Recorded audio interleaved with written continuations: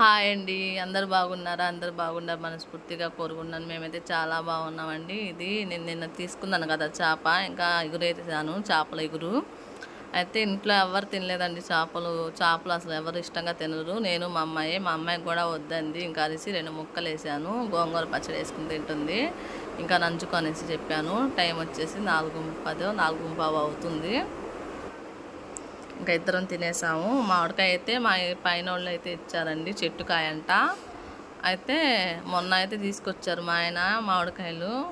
400 పెట్టేమో తీసుకొస్తే కాయ అయితే అస్సలు తీపి లేదండి, చప్పగా ఉన్నాయి కాయలు అయితే. ఈ చెట్టుకాయ ఎంత బాగుందో, తీయగుంది కాయ అయితే. ఇంకా సరిగా పండలేదు కాయ అయినా కూడా తీయగా ఉంది కాయ అయితే.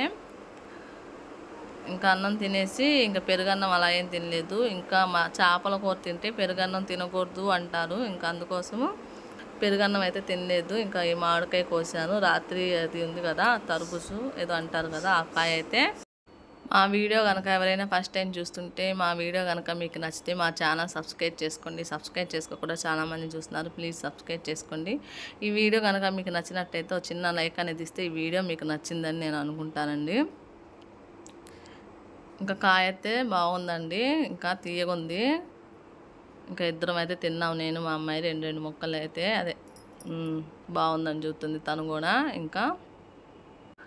ఇంకా పొద్దున్నే తినాలన్నా కూడా తినబుద్ధి అవ్వదండి. అంత పొద్దున్నే తినాలంటే తినబుద్ధి అవ్వదు కదా. ఇంకా దానివల్ల అయితే తనైతే సరిగా తినట్లేదు మా అమ్మాయి అయితే. నేనైనా కొంచెం తింటున్నా కానీ. ఇంకా నమాజ్ చదువుకొని ఇంకా రోజు అయితే రెడీ అయిపోయిద్ది స్కూల్కి వెళ్తానికి. నమాజ్ చదువుకొని ఇవాళ అయితే నిద్ర సరిపోక ఇంకా అంతే పనుకుంటుంది. చాలాసేపు లేపాను, లేగలేదు. ఇంకా సర్లే నేను వదిలేసాను. ఇంకా పొద్దున్నే అయితే 11కి లేచింది.